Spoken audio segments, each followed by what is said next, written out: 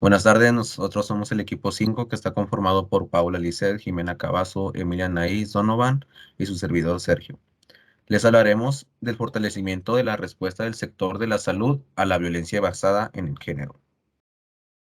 El índice será la introducción en el primer capítulo, en el segundo capítulo se verá fase de planeación y preparación, en el 3 fortalecimiento de la respuesta del servicio de salud, en el cuarto aplicación de una política de detección de rutina, en el quinto suministro de servicios especializados, sexto más allá de la clínica es el establecimiento de redes, defensa y promoción del área legal y la educación comunitaria.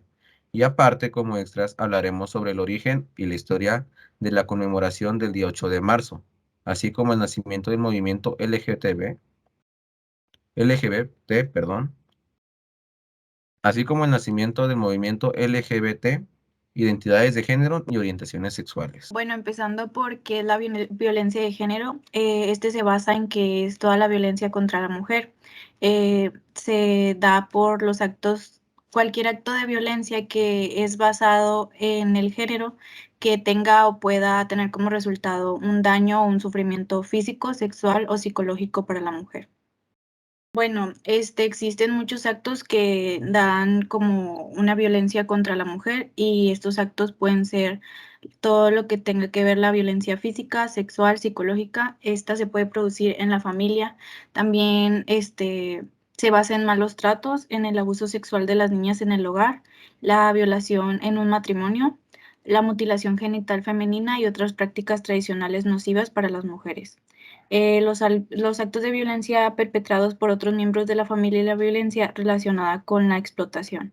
También es la violencia física, sexual y psicológica perpetrada dentro de la comunidad en general, incluyendo la violación, abusos sexuales, el acoso y la intimidación sexual en el trabajo. En 1996, la Asamblea Mundial de la Salud declaró que la violencia contra la mujer es un problema de salud pública. Esto es muy grave y las organizaciones de salud deben de tratar con un carácter urgente.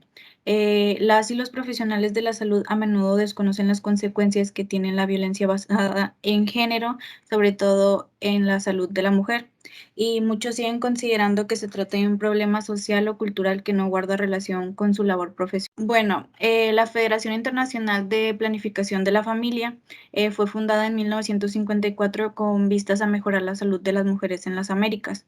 Esta asociación trabaja a través de una red de 46 asociaciones en los Estados Unidos de América, Canadá, América Latina y el Caribe. Estas asociaciones atienden 12 millones de casos cada año en más de 40,000 puntos de servicio. La segunda fase es la de planeación y preparación. Los programas de salud se deben de tratar el problema de la violencia contra las mujeres. Ay, ahí lo cortas. La segunda es la fase de planeación y preparación. Los programas de salud que se propongan tratar el problema de la violencia contra las mujeres enfrentan una serie de desafíos, como por ejemplo, tal vez deban capacitar a sus proveedores para tratar temas difíciles como los derechos humanos, las cuestiones de género y la conexión entre el bienestar físico, emocional y social. Bueno, existen varias consecuencias cuando se produce una violencia, y estas pueden ser las consecuencias mortales o consecuencias no mortales. En las mortales entra el homicidio, el suicidio, la mortalidad materna y las relacionadas con el SIDA. También aquí entran las consecuencias no mortales, que aquí están dañando la salud física, los trastornos crónicos, el comportamiento negativo respecto a la salud y la salud productiva.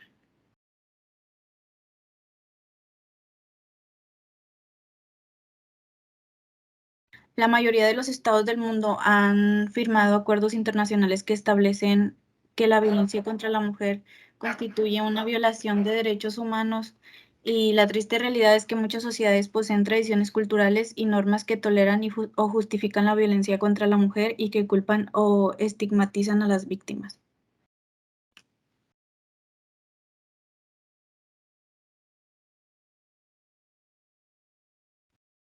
Bueno, existen muchos ejemplos que las personas tuvieron actitudes negativas acerca de la violencia basada en el género. Algunas de estas pueden ser que los esposos tienen derecho a emplear violencia física contra sus esposas. Y un ejemplo es que un esposo en la India dijo, si es un gran error el que ha cometido, entonces el marido puede golpear a su mujer, ¿por qué no? La vaca no es obediente si no la golpeas. También en un parlamentario dijo que golpear a las mujeres es una costumbre aceptada, perdemos el tiempo discutiendo este tema. También se cree que a las mujeres les gusta que se les trate con violencia. Una enfermera de Sudáfrica rural dijo que algunas mujeres no se sienten amadas si no las golpean en sus hogares. También se cree que la violencia sexual perpetrada por el hombre contra la mujer es normal e inofensiva. Un legislador y exmiembro del gabinete ministerial de Japón dijo que la violación es en grupo muestra que las personas que lo cometen aún tienen vigor y esto está bien. Creo que así se sienten más normales. Y por último, las víctimas de la violencia tienen la culpa de su propio sufrimiento. Hay mujeres que parecen decir, házmelo. Las que tienen ese aspecto están en falta porque los hombres son panteras negras. Eso lo dijo un secretario de gabinete de Japón.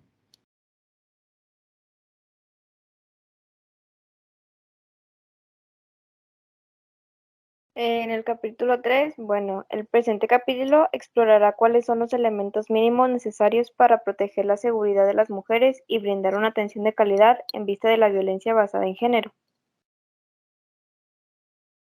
En los últimos años, muchos programas de salud han ampliado sus servicios a fin de garantizar que pueden ofrecer servicios de salud integrales e integrados.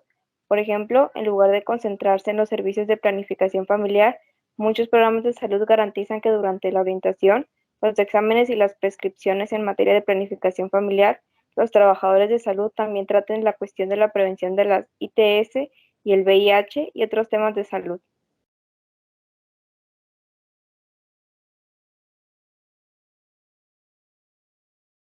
Sin embargo, algunos programas de salud continúan manteniendo clínicas separadas que se concentran en grupos reducidos de problemas de la salud, dado que muchos de esos programas no han logrado presentar servicios integrados e integrales en otras áreas importantes de la salud de la mujer. No nos sorprende que resulte tan complicado integrar el tema de la violencia basada en género.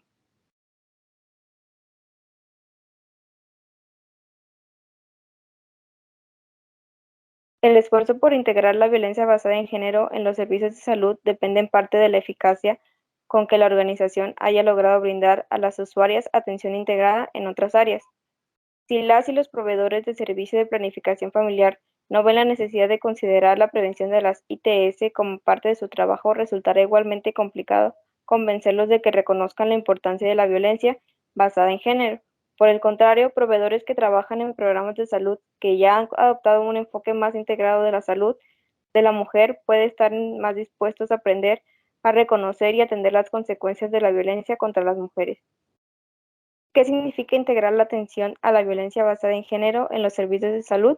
Bueno, la atención a la violencia basada en género puede ser integrada en los servicios de salud de las siguientes maneras.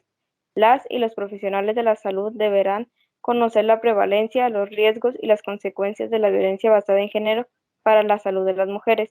Deberán considerar que la violencia basada en género puede ser la razón de casos ocurrentes de ITS o de depresión con tendencias suicidas, entre otros problemas de salud crónicos.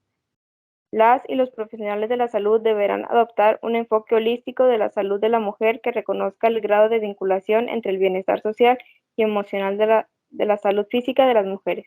Los formularios de historia clínica deberán incluir preguntas acerca de la violencia. Los programas de salud deben rediseñar sus formularios a fin de que las y los proveedores dispongan de un espacio para registrar detalles de violencia directamente en los formularios de historia clínica, en lugar de exigir que dicha información se registre por separado. De esta manera, las y los proveedores podrán contar con un registro más completo e integrado del estado de salud de cada mujer y realizar un mejor diagnóstico y tratamiento para que las y los han sido víctimas de la violencia.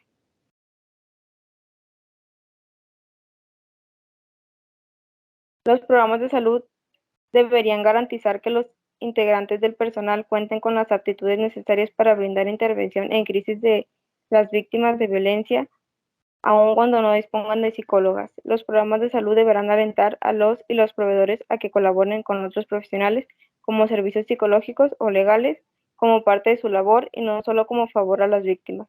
Los programas de salud deberían garantizar que la declaración de la misión y los objetivos institucionales sean lo suficientemente amplios para reconocer a la violencia basada en género como un problema en los sitios de trabajo.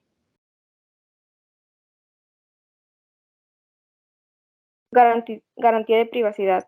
Un paso importante que todo programa de salud debe dar para mejorar la calidad de atención que se brinda a las mujeres consiste en fortalecer el compromiso de la organización en cuanto a la privacidad y confidencialidad dentro de los servicios de salud.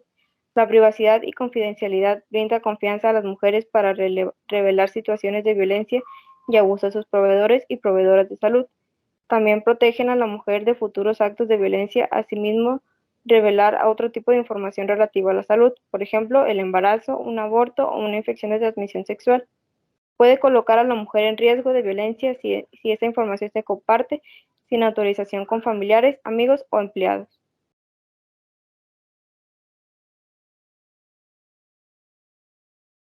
Consecuencias posibles de una falta de privacidad y o confidencialidad dentro de una clínica para la salud. Bueno, las mujeres afectadas por la violencia de género, mujeres que han experimentado violencia en el pasado. ¿Qué puede suceder en una clínica que carece de confidencialidad y privacidad? Las mujeres pueden no sentirse lo suficientemente seguras para revelar experiencias pasadas de violencia a sus proveedores de salud. Posibles consecuencias para las mujeres pueden perder la oportunidad de buscar ayuda, las mujeres pueden recibir atención inadecuada porque los proveedores malinterpretan o hacen diagnósticos errados sobre el estado de salud de la mujer.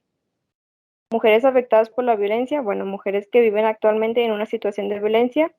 ¿Qué puede suceder? Un familiar violento puede averiguar que la mujer le reveló un hecho de violencia a su proveedor o proveedora de salud y posibles consecuencias. La mujer puede experimentar más violencia en represalia por haber revelado la situación a un proveedor de salud. Por último, mujeres cuya pareja o cuyos familiares son propensos a reaccionar violentamente. ¿Qué puede suceder? Bueno, un trabajador de salud puede revelar información confidencial a la pareja o a un familiar sin el consentimiento de la mujer. Por ejemplo, información sobre embarazo, uso de anticonceptivos, diagnóstico de ITS, historia de aborto, experiencias de violación, actividad sexual o estado de VIH. Las posibles consecuencias, bueno, la pareja o un familiar pueden reaccionar violentamente tras enterarse de que la información confidencial fue revelada en el centro de salud.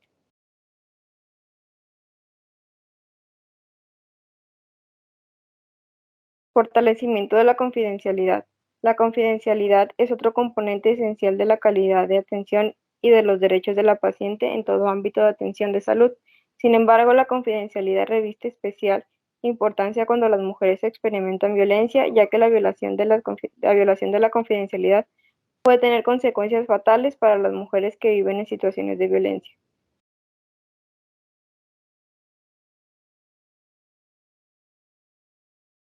Principales preocupaciones en torno a la confidencialidad. Están los registros médicos guardados en un lugar seguro. Están los registros médicos de los usuarios guardados en un lugar seguro que pueda cerrarse con llave y esté vigilado de cerca. Cuentan las clínicas con políticas por escrito sobre mujeres sobre quienes tienen acceso a los registros de las usuarias. Ha creado el Centro Médico conciencia sobre la importancia de proteger la confidencialidad de los registros médicos.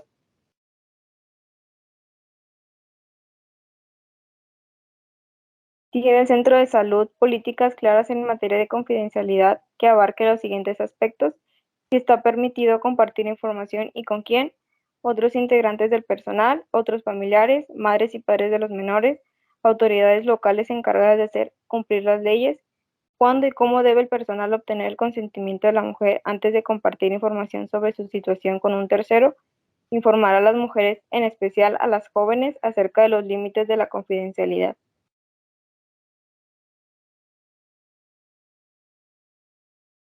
Tiene el personal conocimientos básicos y conciencia sobre la importancia de la confidencialidad. Comprende el personal por qué la violación de la confidencialidad puede colocar a una mujer en grave peligro. Está el personal capacitado para no revelar información de la usuaria sin permiso. Sabe el personal qué clase de información debe denunciar por ley a las autoridades, como por ejemplo pruebas de abuso sexual o físico de menores, heridas de arma de fuego o violencia física contra la mujer. Existe en la clínica un mecanismo para que el personal comparta sus experiencias, qué tal están funcionando las políticas de la clínica.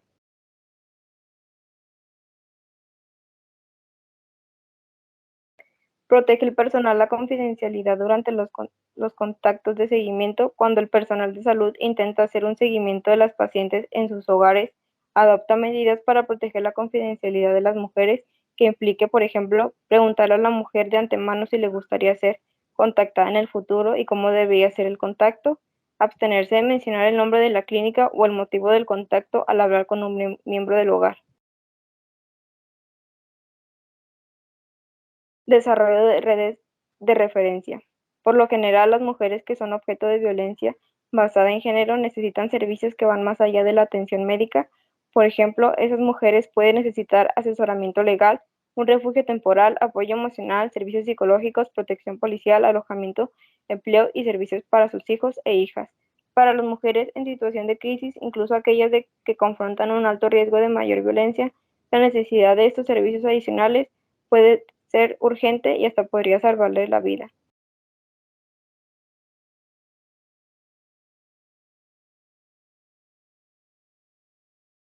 Esa necesidad de otros servicios es una característica de la violencia contra la mujer que la diferencia de otros problemas de salud pública. Los profesionales médicos están acostumbrados a poder tratar infecciones y brindar atención a problemas de salud por sí solos. En la mayoría de los casos suelen tener la solución y no siempre están capacitados para pensar que sus pacientes pueden necesitar otros servicios que no sean de naturaleza médica.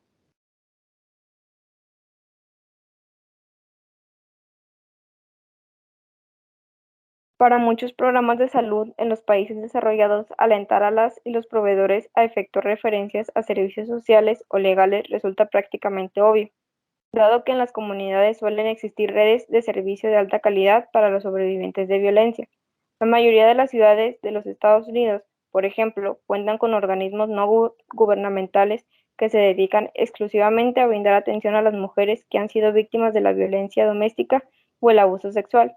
En estas comunidades, los programas de salud simplemente necesitan brindar a sus proveedores un listado de números de teléfono y organizaciones locales.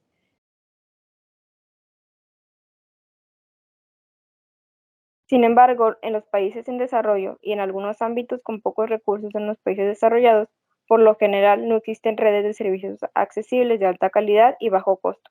Por ejemplo, en las capitales de los países en desarrollo casi no existen refugios de emergencia para las mujeres. En algunos lugares existen organismos no gubernamentales que ofrecen servicios a los sobrevivientes, pero suelen no tener fondos suficientes y su cobertura tiende a limitarse a determinadas zonas urbanas.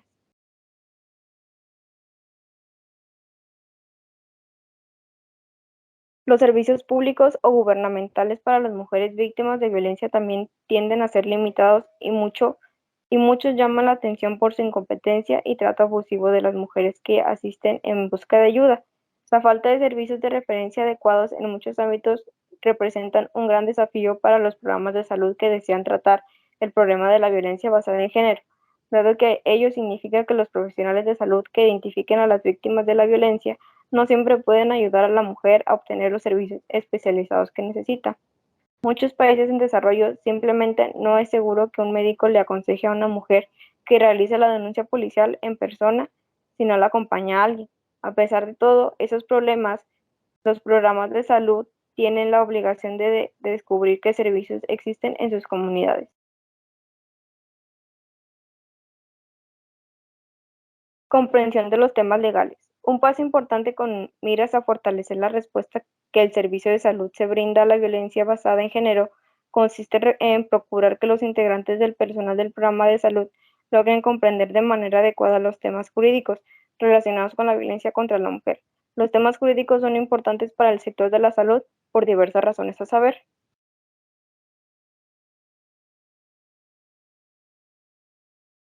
Los programas de salud deberían estar al tanto de las leyes que regulan las actividades y el comportamiento de las y los proveedores de salud. Por ejemplo, las y los proveedores de salud pueden tener la obligación legal de denunciar ante las autoridades posibles casos de abuso sexual infantil. Las y los proveedores de salud deben conocer quiénes están autorizados a obtener pruebas sobre posibles episodios de violencia, ya se trate de pruebas forenses o de información por el legajo médico. De otro modo, podrían cometer graves errores que puedan perjudicar a las usuarias.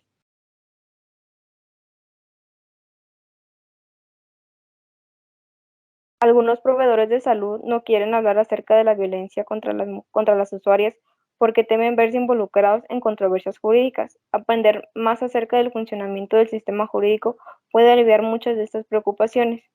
Los proveedores de salud no pueden brindar asesoramiento jurídico a las usuarias, pero deberían brindarles información básica acerca de derechos y a dónde acudir para obtener servicios jurídicos y protección policial cuando fuera necesario.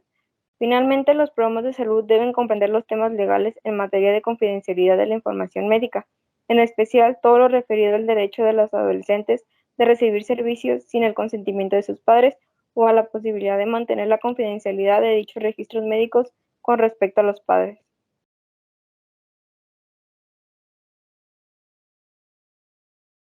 Sensibilización del personal. Desgraciadamente, los profesionales de la salud algunas veces poseen ciertas actitudes negativas hacia las mujeres en general o hacia las víctimas de violencia en particular que son comunes a toda la sociedad. Asimismo, es factible que los profesionales de la salud sostengan conceptos cerrados sobre la violencia, incluidos la prevalencia de la violencia contra la mujer, la naturaleza y dinámica del abuso, las consecuencias de la violencia y los tipos de barreras con que se enfrentan las mujeres al tratar de protegerse a ellas mismas o al tratar de escapar o recuperarse de un episodio de violencia.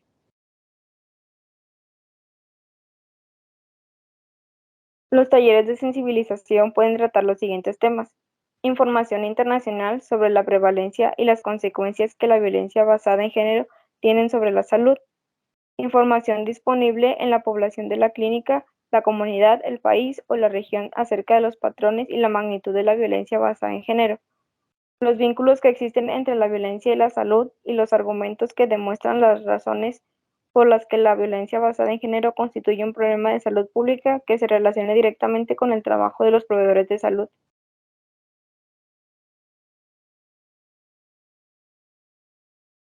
Las definiciones internacionales de la violencia basada en género y los tipos de violencia contemplados en los convenios internacionales sobre derechos humanos, la dinámica de la violencia basada en género, incluidos el ciclo de la violencia doméstica y las razones que tornan difícil para la mujer la decisión de abandonar una relación de carácter abusivo, mitos y realidades sobre las víctimas y los agresores, las consecuencias de género, las consecuencias de la violencia basada en género en la salud de las mujeres, las necesidades de las sobrevivientes.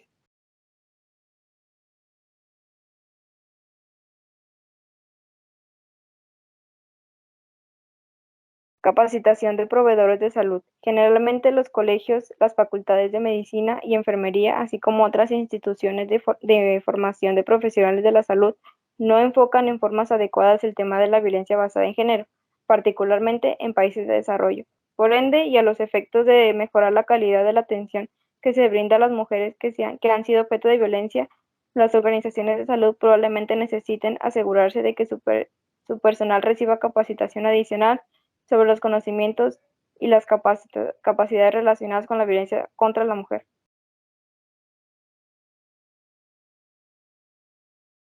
La mayor parte del personal de una organización de salud, incluso el personal de administración, puede beneficiarse de la capacitación general sobre la violencia basada en género. Además, es factible que determinados integrantes del personal necesiten capacitación exhaustiva sobre las aptitudes que corresponden a sus especialidades.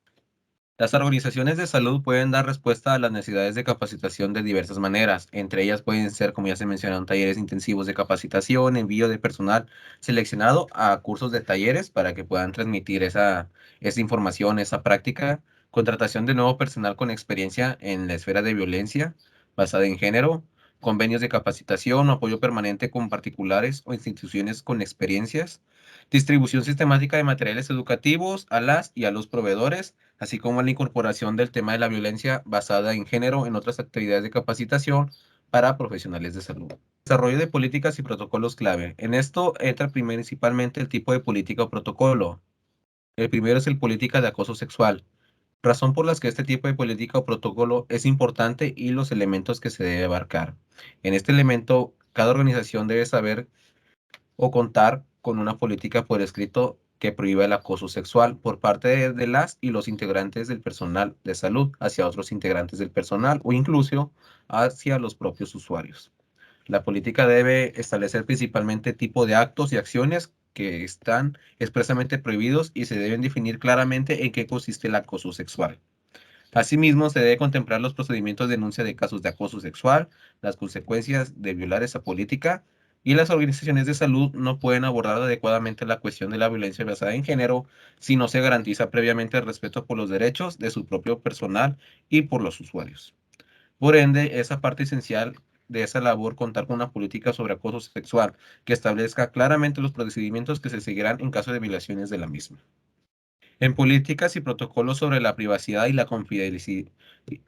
En políticas y protocolos sobre la privacidad y la confidencialidad de los usuarios, cada organización de salud debe contar con políticas por escrito, formal en persona, debe protegerse la privacidad y la confidencialidad. Cada organización de salud debe contar con políticas por escrito que expliquen la forma en que el personal debe proteger la privacidad y la confidencialidad de los usuarios. Estas políticas deben abordar principalmente los lugares y las circunstancias en que el personal puede hablar sobre información privada del usuario, ya sea con otras personas o de todos, ya sea con otras personas o otros integrantes de salud, así como con las mismas. Asimismo, se deben enumerar las circunstancias en que los proveedores están facultados para compartir dicha información del usuario con otras personas. Esto incluye la familia o incluso en este momento el que está acompañando al paciente. Protocolos para casos de violencia contra la mujer, incluidos el abuso sexual y la violación. Sería adecuado que las organizaciones de salud elaboren protocolos sobre la atención de las mujeres que hayan sido objetos de violencia basada en género, incluso las víctimas de violación.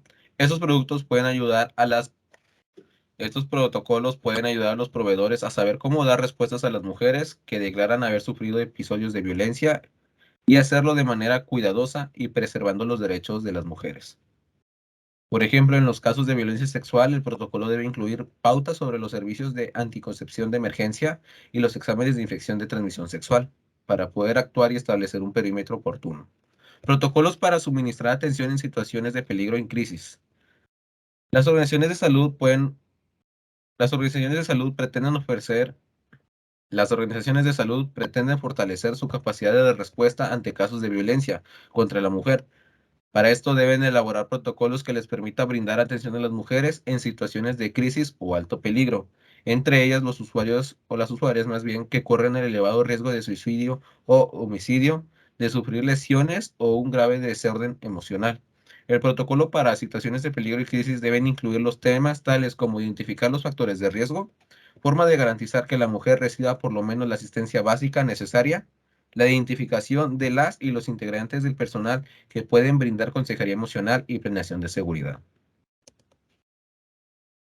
Mejoramiento de la evaluación de peligro. Cuando las y los proveedores de la salud identifican una mujer que vive una situación de violencia, se tiene la oportunidad y la obligación de evaluar el peligro y los riesgos que podría enfrentar la mujer, así de esta manera ayudarla a encontrar soluciones viables para mejorar su salud. Planeación de seguridad. Cuando las y los proveedores identifican a una mujer en riesgo, deben seguir los procedimientos de emergencia para poder contar de esa manera con todos los recursos disponibles con el fin de garantizar la seguridad de la mujer. Debido a que la mujer es quien me puede, debido a que la mujer quien, debido a la mujer que es quien mejor puede juzgar a nivel de riesgo que presenta su pareja, debe participar activamente en la elaboración del plan de seguridad para ella y para sus hijos e hijas que en este caso cuente.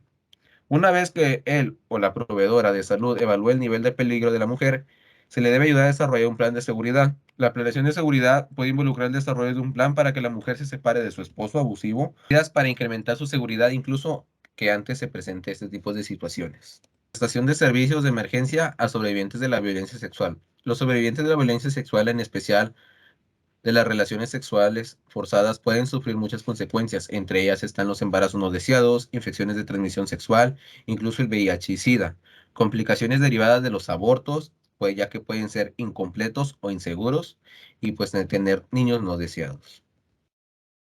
Ya que cuando los sobrevivientes obtienen servicios de salud de calidad adecuado a tiempo, Se pueden prevenir o reducir dichas consecuencias que mencionamos anteriormente, como lo principalmente es el embarazo no deseado, aborto inseguro, enfermedades de transmisión sexual, mediante la anticoncepción de emergencia, el aborto seguro, las atenciones posparto y la profilaxis y el tratamiento de las enfermedades de transmisión sexual. Debido a ello, las organizaciones de atención de salud que atienden a los sobrevivientes de la violencia tienen la responsabilidad de satisfacer las necesidades de las mujeres en materia de salud sexual, reproductiva y con frecuencia con carácter de emergencia.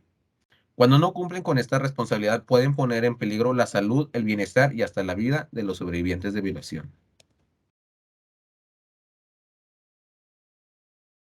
Confección de material educativo e informativo. El sector de salud puede desempeñar un papel importante con respecto a la educación de las usuarias y de la comunidad en general sobre la violencia contra la mujer, como el problema de salud pública, como problema de salud pública y como violación de los derechos humanos. Una de las formas en las que los programas de salud pueden contribuir es mediante la producción de información y su distribución en clínicas y foros comunitarios. Estos materiales pueden incluir videos dirigidos a los usuarios y a los proveedores, folletos que enfoquen temas relacionados con violencia contra la mujer.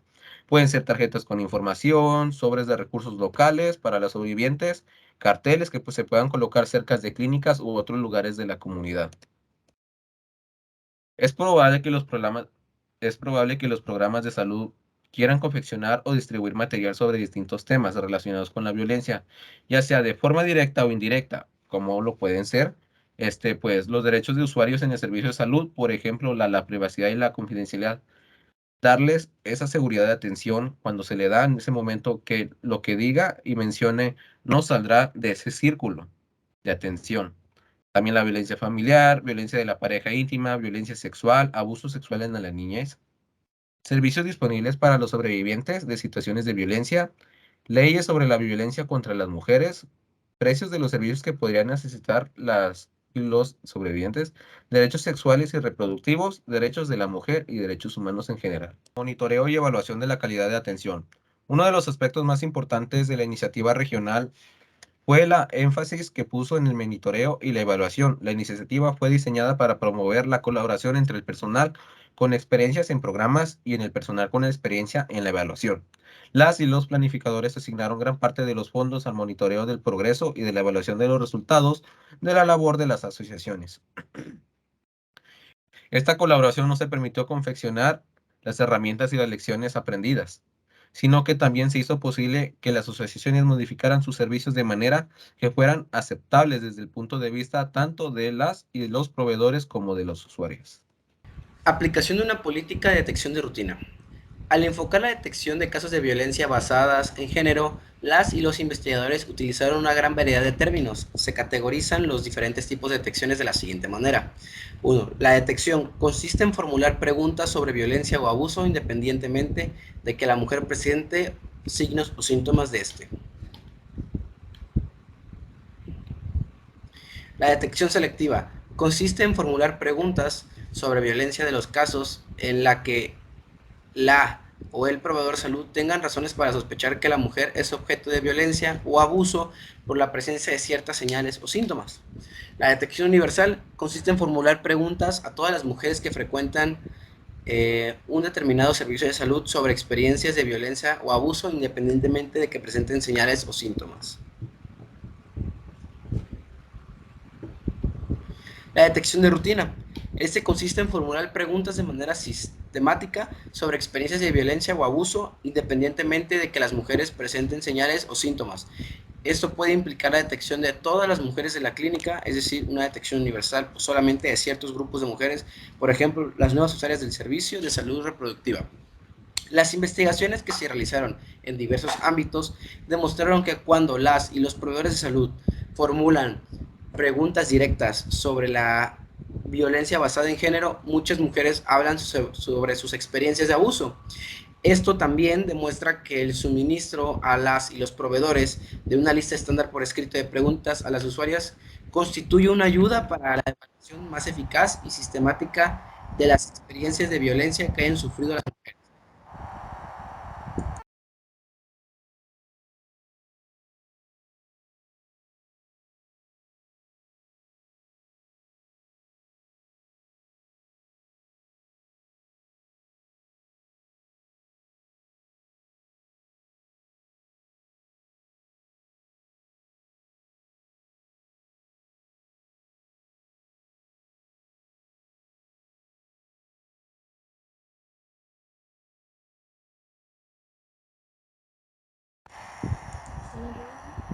Existen pruebas de que la violencia basada en género es un problema de salud pública de mucha envergadura.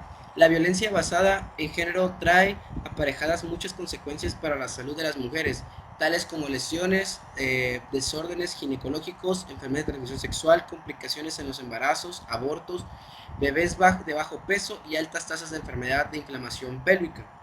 La violencia ejercida por una pareja íntima constituye también una de las causas principales de discapacidad y muerte entre las mujeres.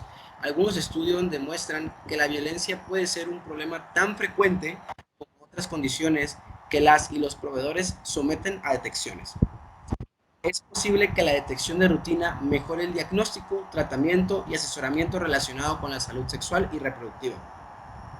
La detección de rutina puede ayudar a que las y los proveedores de salud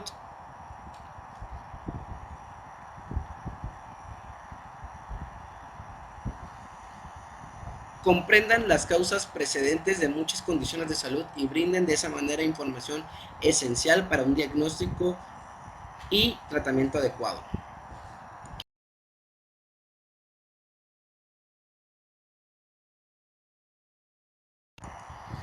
Es posible que a largo plazo las detecciones de rutina reduzcan la necesidad de las mujeres de recurrir a estos servicios de salud. Los estudios realizados en países tan diversos como Nicaragua, Estados Unidos, Zimbabue, de mujeres víctimas de violencia física o sexual utilizan los servicios de salud más a menudo que otras mujeres, en hospitales y en consultas relacionadas con la salud mental. Es posible que a largo plazo las detecciones de rutina representen un ahorro de tiempo y recursos para los servicios de salud, ya que ayudan a que las y los proveedores comprendan las causas precedentes de los problemas de salud que sufren las víctimas de violencia al ayudar a que las mujeres reciban los servicios para tratar esas causas precedentes.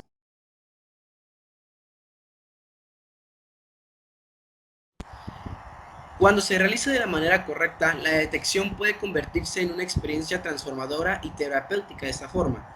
Las entrevistas con sobrevivientes de violencia demuestran que cuando las y los proveedores de salud tienen alguna habilidad y compasión al efectuar las detecciones, producen un efecto transformador y sanador en la mujer.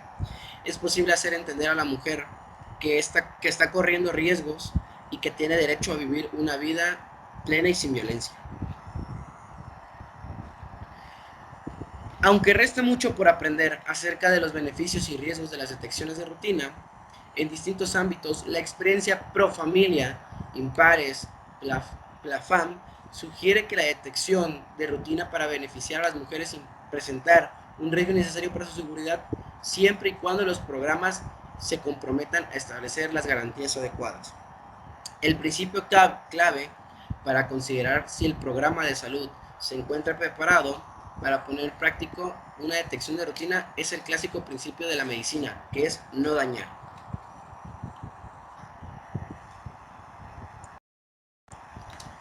Bueno, pautas para adaptar las preguntas de detección al ámbito local.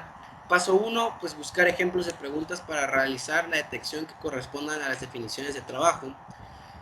Paso 2, garantizar que la redacción de las preguntas satisfaga el ámbito clínico y cultural. Paso 3, probar las preguntas en el campo con el personal y las usuarias y efectuar las correcciones necesarias. Okay. Las ventajas de realizar las preguntas. Pues bueno, estas facilitan la rutina de la detección y aumentan su eficacia, permiten que los proveedores de salud hagan comprender a las mujeres que sus casos no son únicos, permiten que los programas de salud recopilen información sistemática sobre diversos tipos de violencia, elegir palabras adecuadas al país, la ciudad y los usuarios, porque es algo muy importante, adecuar cada palabra y depende a la cultura que la paciente tenga, evitar términos con carga emotiva como lo es la palabra violencia y abuso, tener en cuenta que la traducción es un arte y no una ciencia, como lo mencioné, hay que saber qué palabras, si la paciente es de otro país o tiene otro idioma, saber qué palabras son las mejores para no causar esa incomodidad. Y un grupo variado de personas que ya haya estado en el proceso de sensibilización deberá decidir cómo formular preguntas para realizar la detección.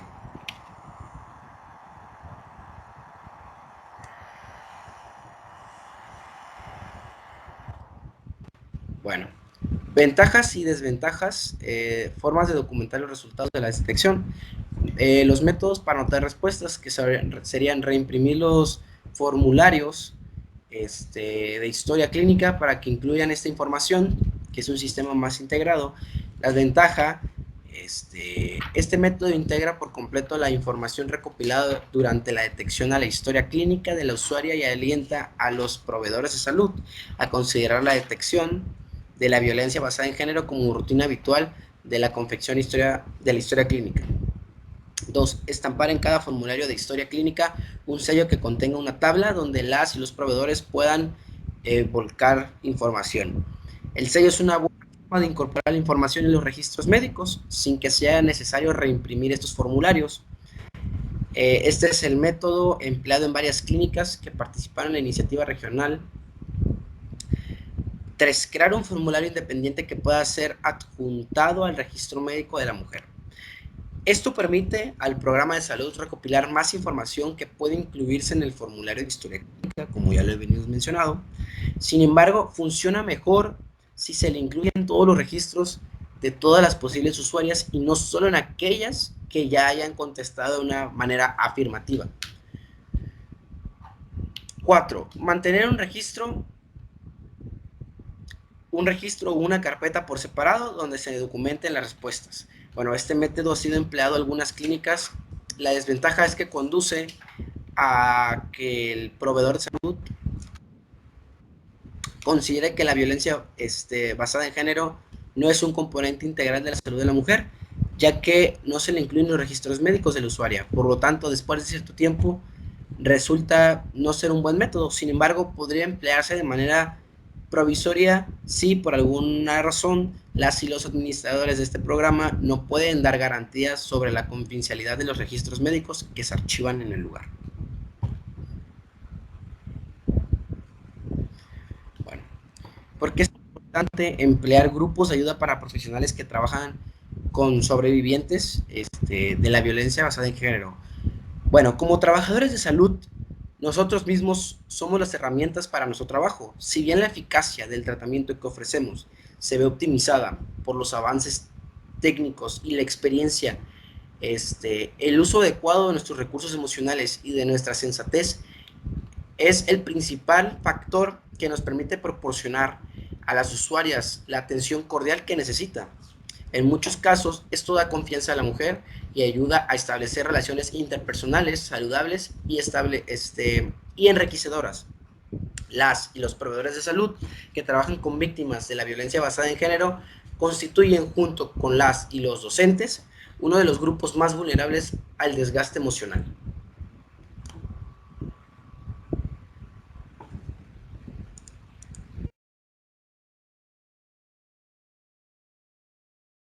Suministros de servicios especializados.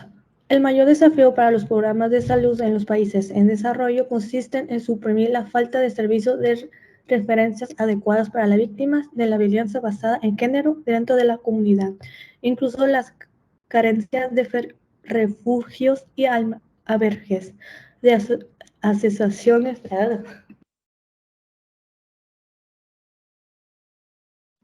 Perdón. Recomendaciones y lecciones aprendidas. Evita una dependencia específica de la psicoterapia individuales como servicios primarios para las sobrevivientes. Los grupos de apoyo constituyen una alternativa de costo relativamente bajo en las relaciones con la psicoterapia individuales a largo plazo. La mayoría demanda de servicios jurídicos no necesarios se limita a la asistencia en procesos penales, sino también abarca temas como el divorcio, los costos, la custodia de menores, el apoyo económico de la diversión de bienes. Servicio de consejera y apoyo emocional psicológico. Muchas asociaciones de la IPPF en la región de América Latina habían comenzado a ofrecer servicios de psicología, consejería y apoyo emocional dentro de las organizaciones, mucho antes del comienzo de estas iniciativas. Eso hizo posible que las asociaciones involucradas ofrecieran servicios de consejería a los sobrevivientes de la violencia sin tener que agregar todo un sistema nuevo.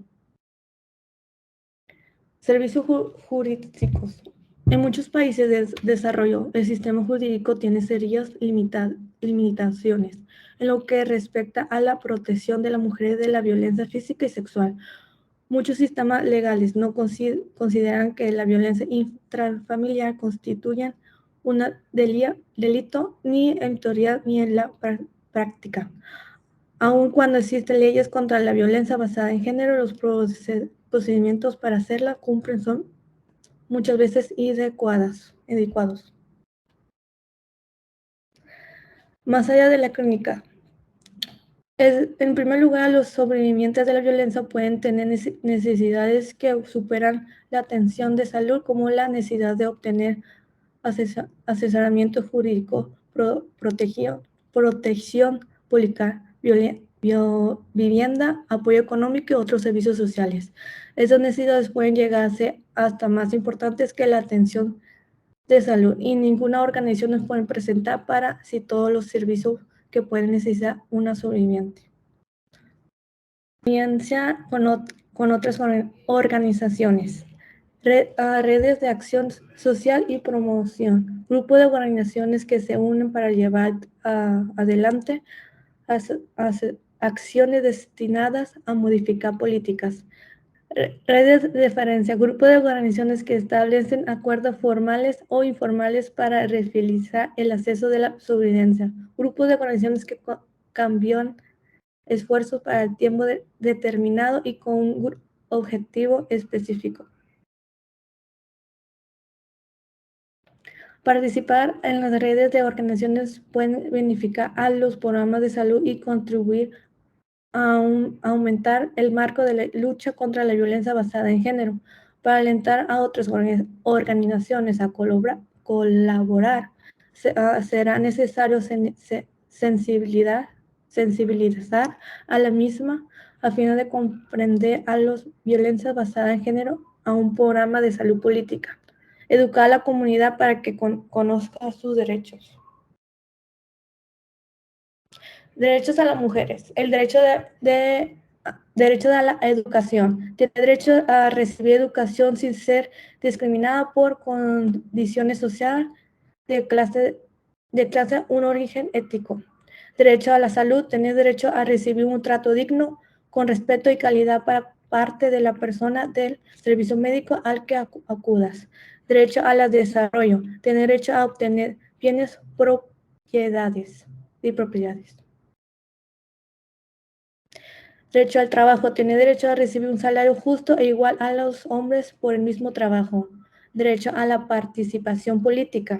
Tiene derecho a participar políticamente en la toma de decisiones en los cambios comunitarios y sociales. Derecho a la vida libre y violencia. Tiene derechos a vivir una vida libre de todo tipo de violencia en todos los ámbitos: familiares, educativo, laboral, comunitario o institucional. Derecho sexual y derechos reproductivos. Tiene derecho a recibir una educación sexual laica, objetiva, científica y veraz. Desconfiar de aquellas personas que te dicen, por ejemplo, que la sexualidad es pecado. ¿Cuál es el origen y la historia de esta conmemoración y por qué el 8 de marzo? Bueno, la historia de esta conmemoración se remonta al 8 de marzo de 1875 en Estados Unidos. Según las Naciones Unidas, cientos de trabajadoras textiles conocidas como Garment Workers de una fábrica de Nueva York se manifestaron en busca de la igualdad salarial respecto a los hombres, además de una mejora en sus condiciones laborales. En esta manifestación, 120 trabajadoras fueron asesinadas a manos de la policía, situación que 2 años después fue fundamental para crear el primer sindicato femenino de la historia. Después, en 1908, cerca de 15,000 mujeres trabajadoras salieron a las calles de Nueva York bajo el lema de Pan y Rosas, manifestándose contra las jornadas interminables, las condiciones inhumanas y los penosos salarios.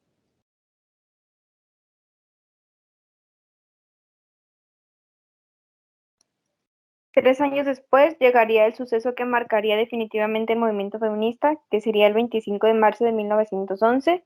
Sucedió el desastre industrial con más víctimas mortales de la ciudad de Nueva York, catalogado así por la Organización Internacional del Trabajo. 146 mujeres murieron en un incendio en la fábrica textil Jungle Shirtwaist a causa de derrumbes, quemaduras e intoxicación por humo. Las muertes se dieron debido a que los propietarios de la fábrica sellaron las salidas del edificio. Estas muertes no fueron en vano y provocó importantes cambios en la legislación laboral, además del nacimiento del Sindicato Internacional de Mujeres Trabajadoras Textiles. Clara Zetkin, en la Segunda Conferencia Internacional de Mujeres Socialistas de Copenhague en 1920, fue quien lanzó la propuesta aprobada por unanimidad de conmemorar el Día Internacional de la Mujer en el mes de marzo con el objetivo de lograr el voto para la mujer. Fue en 1975 que la Organización de las Naciones Unidas hizo oficial el Día Internacional de la Mujer.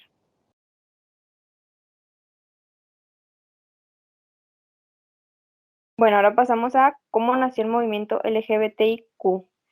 Bueno, cada 28 de junio se celebra en todo el mundo el Día del Orgullo LGBTIQ+, una jornada en la que esta comunidad sale a la calle para reivindicar sus derechos. Conmemora los disturbios que tuvieron lugar en 1969 en el bar Stonewall Inn de Nueva York, Estados Unidos, y que marcaron el inicio de la lucha por los derechos LGBTIQ+. En este bar, situado en la 53 de Christopher Street, en el popular barrio de Greenwich Village, en Nueva York, es famoso porque era uno de los pocos locales en los que se reunían homosexuales y transexuales. Este bar era un lugar clandestino porque la comunidad LGBTI era perseguida y criminalizada. Además, era propiedad de grupos mafiosos. La policía iba a menudo al bar. Los agentes obligaban a todo el mundo a identificarse, inspeccionaban a los transexuales y transvestidos del local para confirmar cuál era su sexo. Si descubrían a un hombre vestido de mujer, lo detenían y se lo llevaban a la comisaría.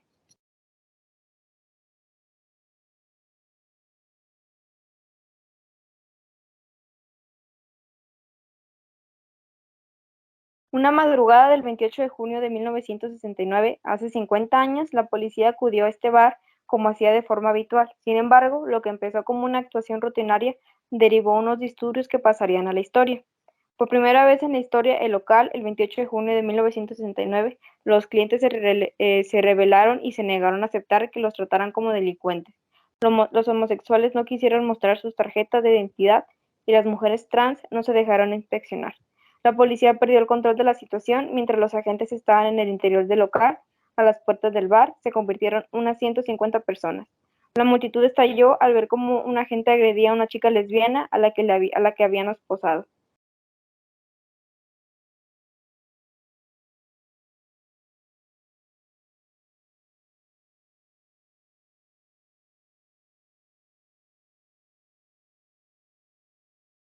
Los manifestantes rompieron las ventanas del local y volcaron los coches policiales. La mayoría empezó también a gritar lemas como "Poder Gay" y a cantar la canción de protesta "We Shall Overcome", venceremos en español, de Joan Baez.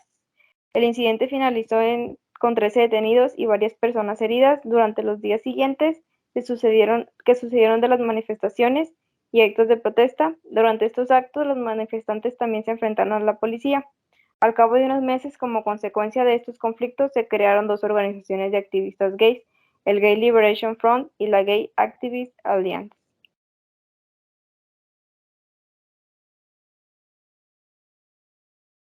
Estas organizaciones promovieron las primeras acciones para visibilizar el colectivo LGBTIQ+, y reclamar su igualdad y sus derechos. Así fue como nació la primera marcha por la liberación, que se celebró justo un año después de los disturbios en el bar, el 28 de junio de 1970, en Nueva York y Los Ángeles. De esta manera, el 28 de junio se convirtió en una fecha histórica y se empezó a reconocer junio como el mes del orgullo. Los disturbios en el bar marcaron el antes y el después de la lucha por los derechos de las personas lesbianas, gays, bisexuales y trans. Con el tiempo, las manifestaciones del orgullo se fueron organizando en otras ciudades y hoy en día se celebra en muchos países del mundo, incluido España.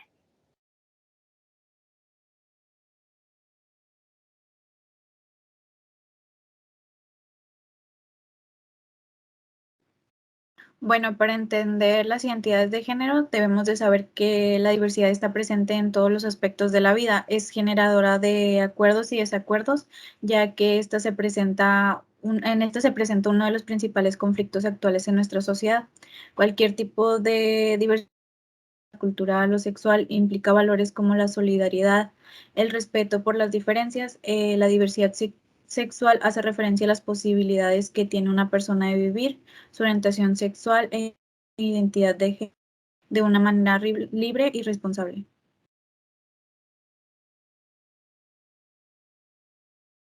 Bueno, hablar de diversidad exige aprender a diferenciar qué elementos componen cada una de estas. En biológico, existen características biológicas y físicas usadas típicamente para generar el género al nacer. Estos pueden ser, algunos ejemplos pueden ser como los cromosomas, los órganos reproductores, y los niveles hormonales. En el género es la construcción social, cultural y psicológica que determina el concepto de mujer u hombre y de otras categorías no binarias o normativas en la conceptualización de nuestra identidad y comportamientos. Hablar de diversidad exige también la identidad de género o identidad sexual.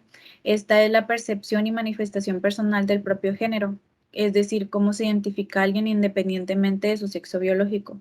La identidad de género puede fluir entre lo masculino y femenino, no existe una norma absoluta que lo defina.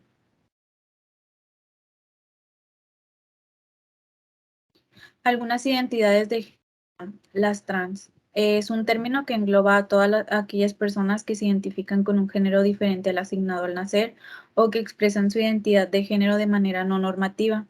Los transexuales, transgéneros, transvestis, género fluido, género no binario, entre muchos otros más.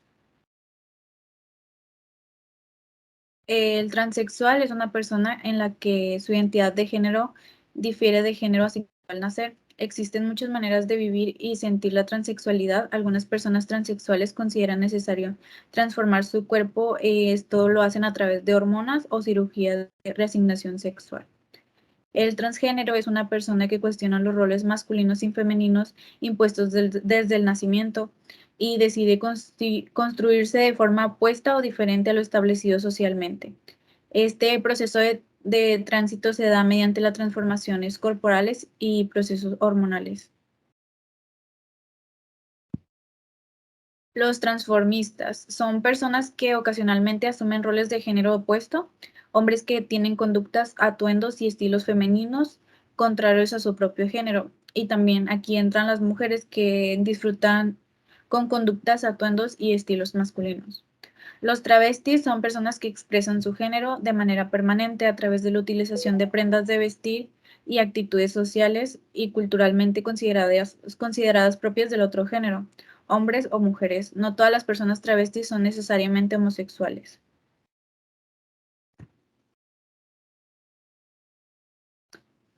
Orientaciones sexuales. Se define una orientación sexual al patrón de atracción sexual erótico o amoroso hacia un determinado grupo de personas definidas por su género o su sexo. Es importante mencionar que las orientaciones sexuales son totalmente independientes de la identidad de género de cada individuo, es decir, que esta no se define hacia quienes nos sentimos atraídos. Existen diversos tipos de orientación sexual. Las principales son los heterosexuales, son las personas que se sienten atraídas afectiva o eróticamente hacia las personas de su sexo opuesto. Los homosexuales, hacen referencia a personas que se sienten atraídas afectivamente o eróticamente hacia personas del mismo sexo. Popularmente emplean los términos gay para el hombre y lesbiana para la mujer. También existen los bisexuales, es una persona que se siente atraído afectivamente y eróticamente hacia personas de su mismo sexo y del sexo contrario. Pansexualidad hace referencia a la persona que se sienten atraídos afectiva y eróticamente hacia otras personas con independencia de sexo asignado al nacer, su género, identidad de género, orientación sexual o roles sexuales. La sexualidad, esta hace referencia a las personas que no experimentan atracción sexual, no desean contacto sexual total o parcialmente, pueden relacionarse afectivamente románticamente, pero no implica necesariamente no tener líbido o no practicar sexo o no poder sentir excitación. La demisexualidad hace referencia a las personas que se sienten atraídos afectivamente y eróticamente solo hacia alguien con quien han formado un vínculo o conexión emocional. Derechos actuales de la comunidad LGBT. Dero- Derogar las leyes que tipifican como delito las relaciones sexuales consentidas entre personas del mismo sexo. Reconocimiento gubernamental de las relaciones entre personas del mismo sexo. Permitir la adopción homoparental. Reconocimiento de la familia homoparental. Leyes contra la discriminación que incluyan leyes contra la discriminación que incluyan con categorías protegidas en la orientación sexual, la identificación de género, expresión de género. Legislación contra el acoso escolar y de no discriminación por proteger a niños y estudiantes LGBT. Prohibir las terapias reparadoras o de conversión que intentan cambiar o reprimir la orientación sexual y la identidad de género de una persona, en particular en menores de edad.